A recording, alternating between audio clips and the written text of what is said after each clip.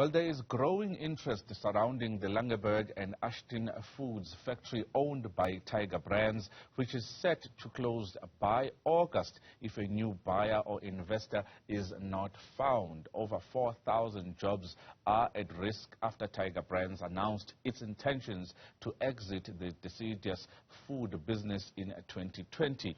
The factory has employed thousands of people and many generations since the 1940s, but there has been no success in finding an investor to save it. For more on this story, we are joined by Jacques Jordaan, the CEO of the Canning Fruit Producers Association, about the imminent closure and the implications for the thousands of livelihoods. Jacques, thank you very much for joining us this afternoon. As the association and your members, you stand to lose a lot when it comes to this imminent closure.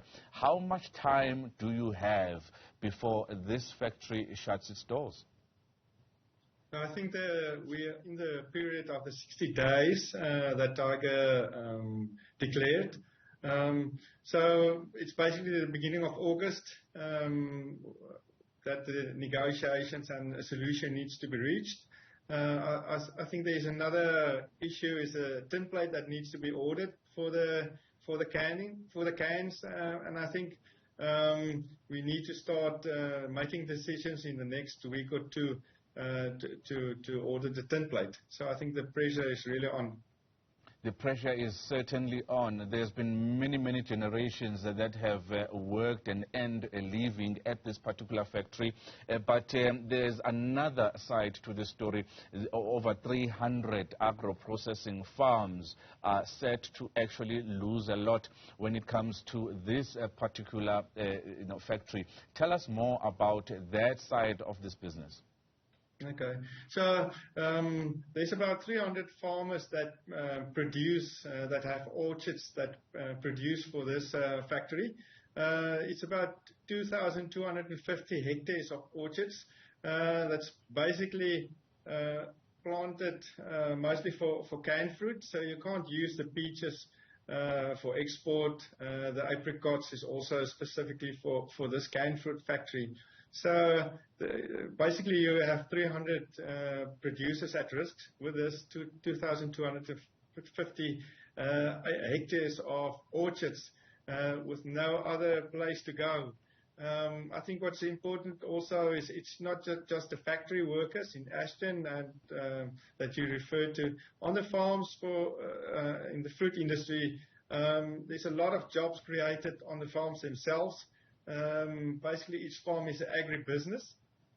So for each hectare you basically create one job, permanent job opportunity. So just for the 2,250 hectares of orchards that's at risk now, there would be at least 2,250 jobs as well.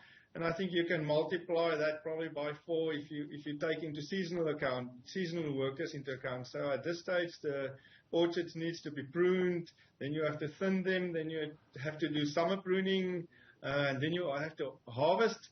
And at this stage it's very uncertain if there's an offtake for these orchards.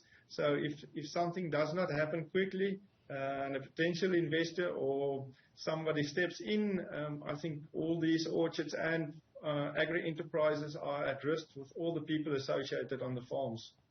And of course, Jacques, there is another side as well, that this factory is responsible for the exports of canned fruit, and it actually also risks South Africa's reputation as a trusted, exporter to Asian and European countries of these particular products. Yeah, I think South Africa is probably volume-wise or production-wise is ranked about 7th in the world, under the top 7 countries for canned fruit. So in the world market, South Africa also occupies a niche position due to our specific flavors and texture and color of our fruit. So if this factory closes, that's the biggest of the 2 factories left. We really stand a chance to lose our position in the international market as well.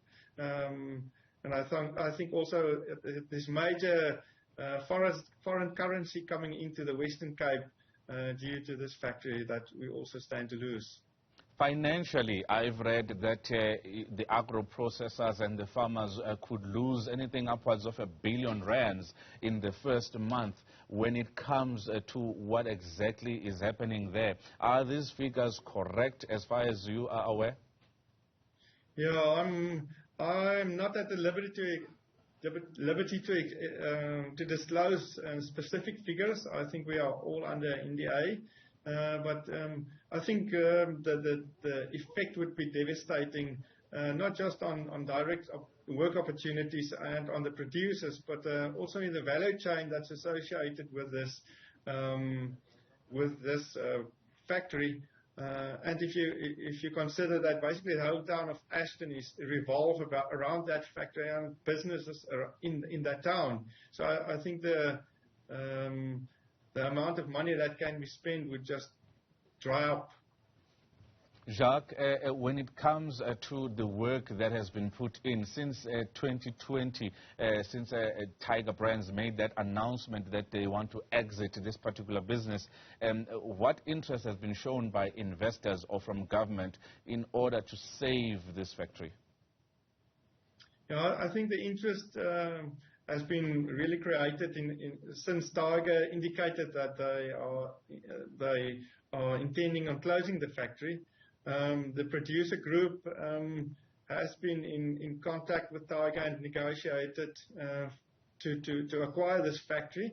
The factory basically consists of two factories. The one was established in 1940 as a cooperative by the producers, and the other one was established in 1949 by a local entrepreneur, Mr. Koos Barnard. So after Tiger bought these parties out, they consolidated it into the one factory, the Langeberg and Ashton Foods factory. And I think the producers have been trying to get the factory back, where it comes from. I think at this stage, the extent of the business, it's grown so much over the years. The working capital requirement is just immense, and I think there needs to be another investor to help with this working capital to the extent of this business that it evolved into. So I think there's been discussions. The producers are was not in a position to acquire this business themselves, but I think at this stage the devastating effect of the closure of this business is of such extent that I think one needs to try and intervene here, and investors are coming forth and having a look at this business to try and save not only job opportunities, but I think it's also a major agro-processing business in the Western Cape and also in South Africa, if you consider the international effect. Also, the factory is actually in very good condition. You have the fruit supply from the producers. You have relationship with international buyers over a very long period. So I think there's a lot of sense in this business case as well. Jacques Jordaan, thank you very much for your time. That's the CEO of the Canning Fruit Producers Association, saying that they just have 2 weeks before that factory closure. A solution has to be found to save over 4,000 jobs that are in that part of the Western Cape. Well,